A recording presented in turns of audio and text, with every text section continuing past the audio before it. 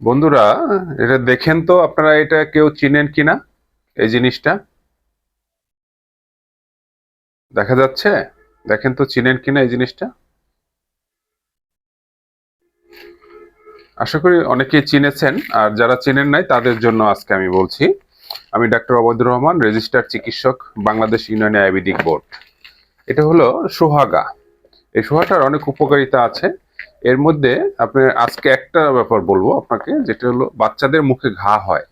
যেসব বাচ্চাদের মুখে ঘা হয়, সাদা সাদা দেখবেন মুখের ভিতর দিয়ে সাদা সাদা হয়ে থাকে, সহজে সারতে চায় না, তাদের জন্য এটা খুবই মারাত্মক কাজ করে। এটা কিভাবে ব্যবহার করবেন সেই জিনিসটা আমি আপনাকে আজকে শিখিয়ে দিচ্ছি।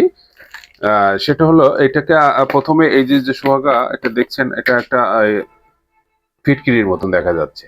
এটাকে আপনি প্রথমে ছোট ছোট করে ভাঙবেন, ভেঙে একটা প্যান আগুনে দিয়ে গরম করবেন, কড়াই আর কি যেটাই হোক, গরম করে এটার উপরে দিয়ে দিলে দেখবেন এটা লিকুইড হয়ে গেছে পানির মতন।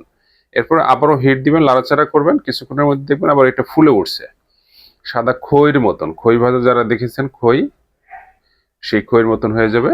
তখন এটা নামিয়ে নেবেন, নামিয়ে এটাকে ব্লেন্ডার করেন অথবা পিষে এটাকে পাউডার করতে হবে। পাউডার হয়ে যাবে, একদম পাউডার হয়ে গেলে ওইখান থেকে অল্প পরিমাণ পাউডার একটু মধুর সাথে মিলিয়ে আপনার ওই ঘাড় ওইখানে লাগাই দিবেন মুখে, দৈনিক 2-3 বার। 2-3 দিন দিলেই ঘাও সেরে যাবে, মুখের ঘা আর থাকবে না ইনশাল্লাহ।